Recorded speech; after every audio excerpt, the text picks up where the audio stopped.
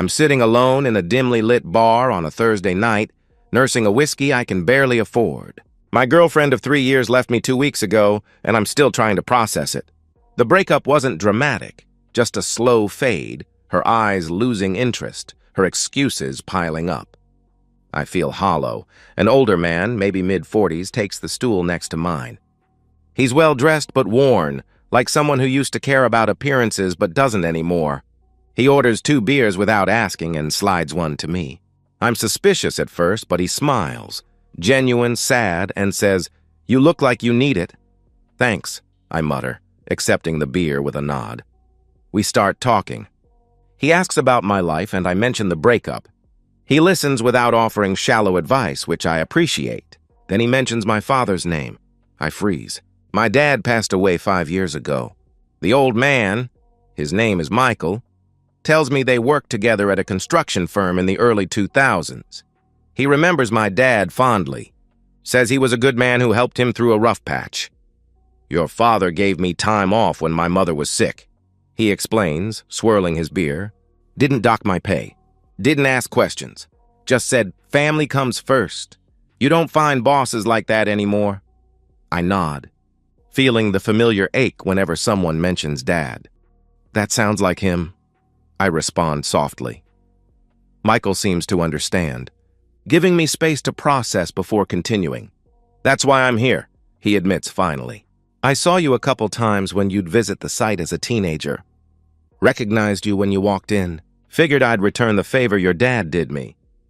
Michael talks about life, about how relationships are fragile, how trust is everything. His voice is calm but heavy, like he's carrying something unbearable. He buys another round. Then, as the night wears on, he leans in and says, "I need a favor, a big one, because I knew your father and I trust you." "What kind of favor?" I ask warily. He looks at me with hollow eyes and says, "I need you to record something, a story, my story. And then, I need you to show the world what betrayal really looks like." The bar has emptied around us, just a few stragglers nursing their drinks in the corners. The bartender wipes down the counter, glancing occasionally in our direction. Michael's eyes hold mine, unwavering. There's something in them that makes me uncomfortable. Not danger, but desperation. The kind that comes from a man who has nothing left to lose. "What happened to you?" I question. Michael finishes his beer, stares at the empty glass, and answers, "I married the love of my life, and she destroyed me." His words hang between us, heavy with a promise of something dark. I should walk away. I should tell him I'm not interested in whatever this is. But there's something in his voice, something in the way his hands shake slightly as he sets down his empty glass, that keeps me rooted to my seat. "Tell me," I say, and I can hear the resignation in my voice. Maybe it's because I'm broken too. Maybe it's because I want to know how much worse it can get. Or maybe it's just because he knew my father. And I've been missing that connection for 5 years. Michael nods, his eyes fixed on some point in the distance, and begins to speak. "I met Catherine in my junior year of college," Michael begins. "I was studying engineering, head always buried in textbooks. She was taking art history, vibrant, passionate, full of life. We shouldn't have worked. She lived for spontaneity. I thrived on routine. But somehow, we balanced each other perfectly." Michael describes their first date, a disastrous attempt at making dinner that ended with them ordering pizza on his apartment floor, laughing until 3 a.m. How she dragged him to art galleries and jazz clubs, expanding his world beyond equations and blueprints. How he taught her to appreciate the beauty in structure and planning, in building something that lasts.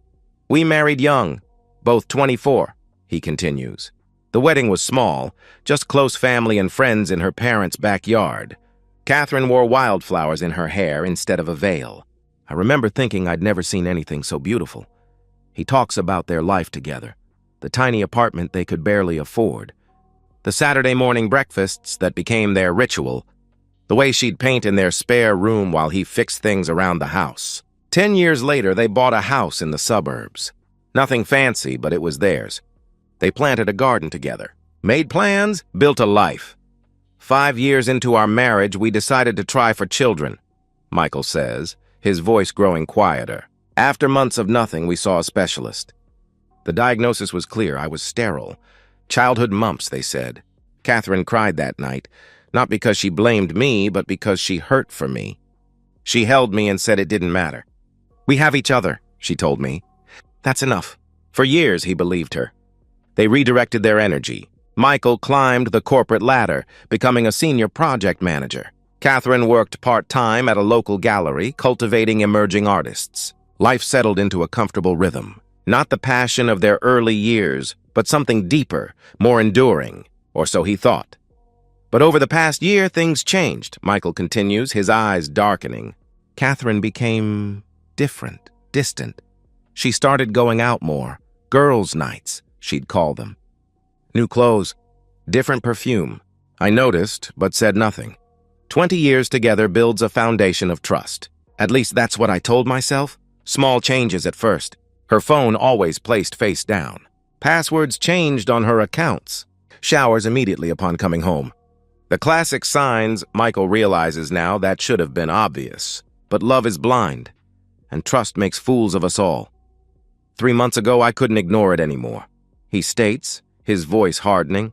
She'd flinch when I touched her unexpectedly. She'd get texts late at night and step outside to answer them. Our intimacy had all but vanished. Always excuses, always too tired. The doubt, it gnaws at you. Eats you from the inside. He started paying attention, really paying attention. He checked phone records, noted the discrepancies in her stories. The friend she was supposedly having dinner with posting pictures from a different restaurant. The gallery event that mysteriously ran 3 hours longer than advertised. I convinced myself I was paranoid, insecure.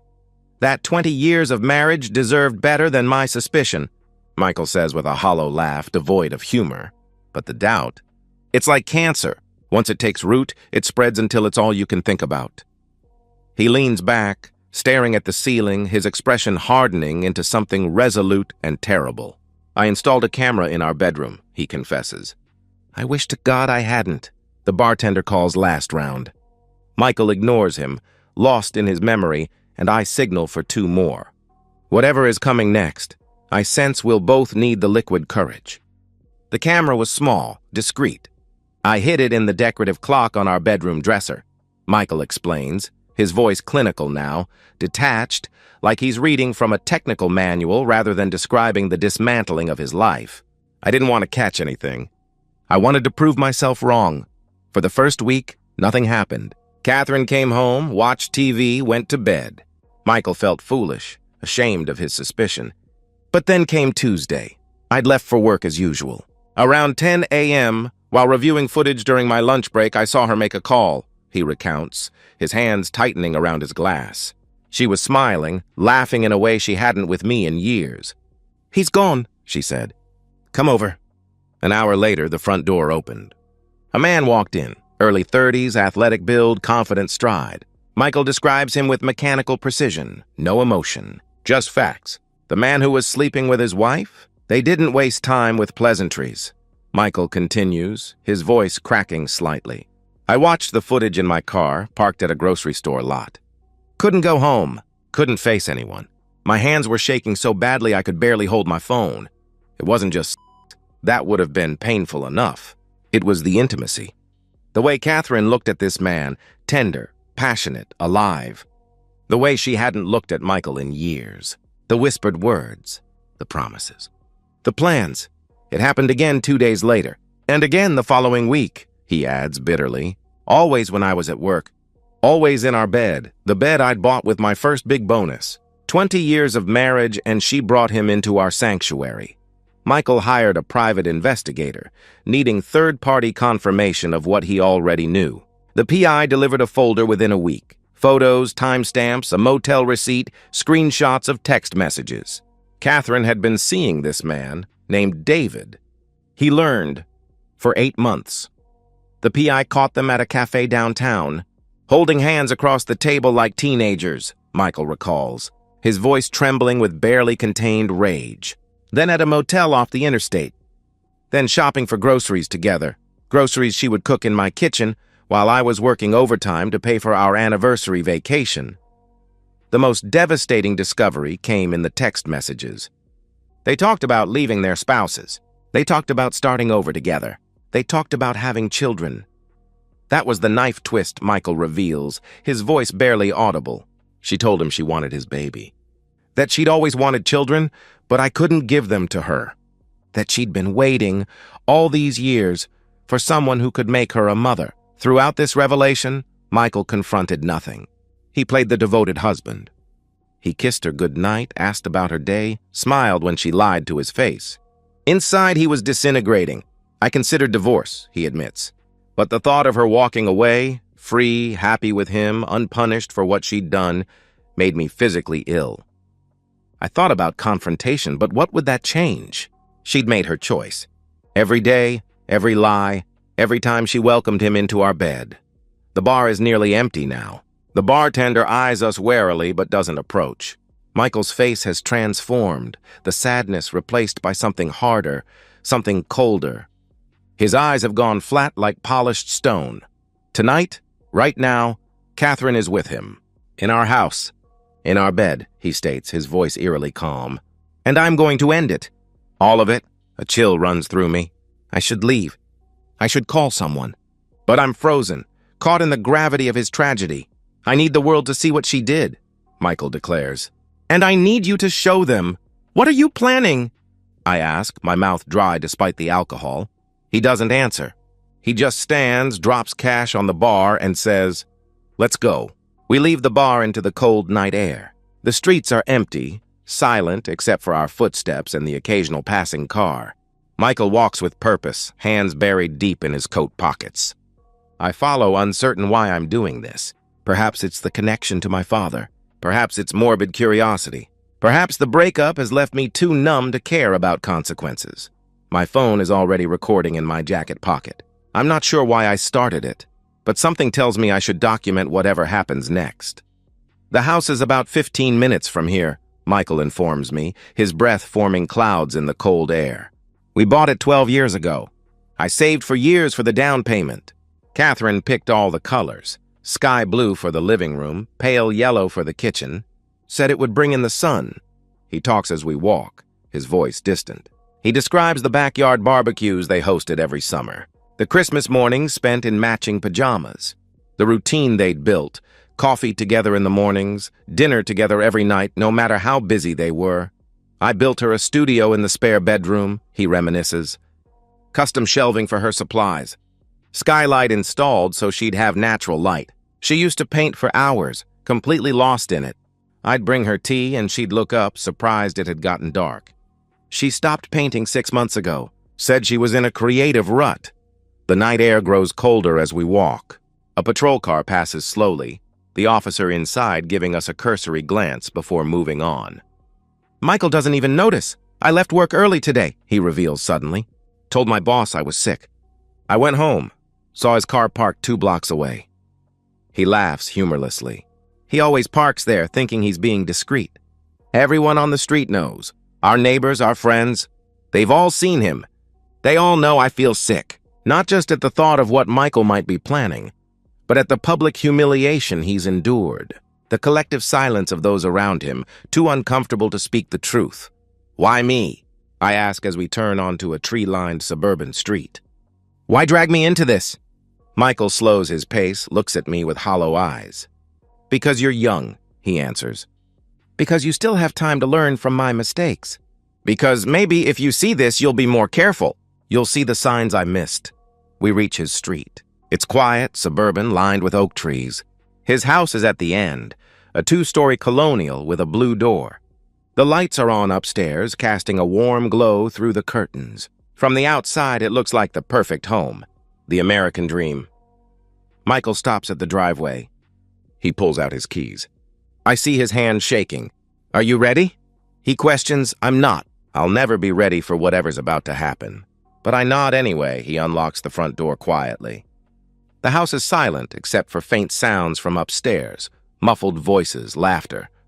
The living room is tastefully decorated.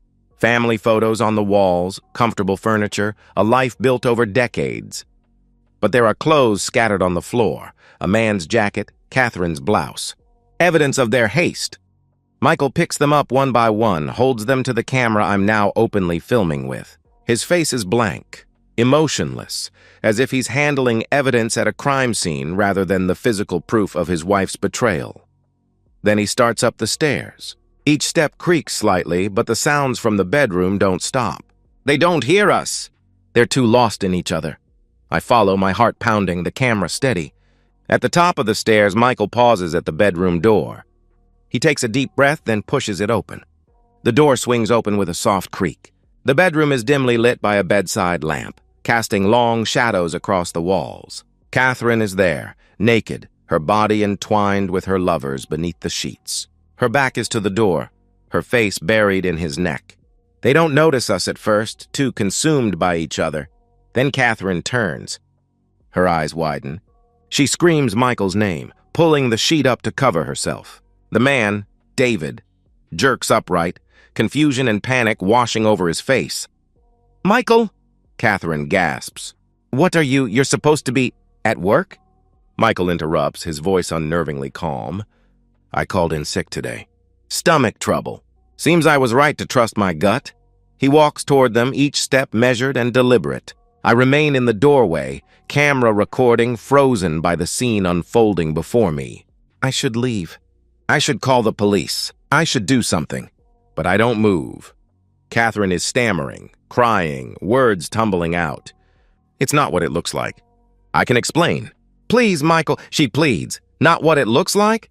Michael retorts with a hollow laugh. "You're naked in our bed with another man. Please, enlighten me as to what this actually is." David is scrambling to get dressed, apologizing.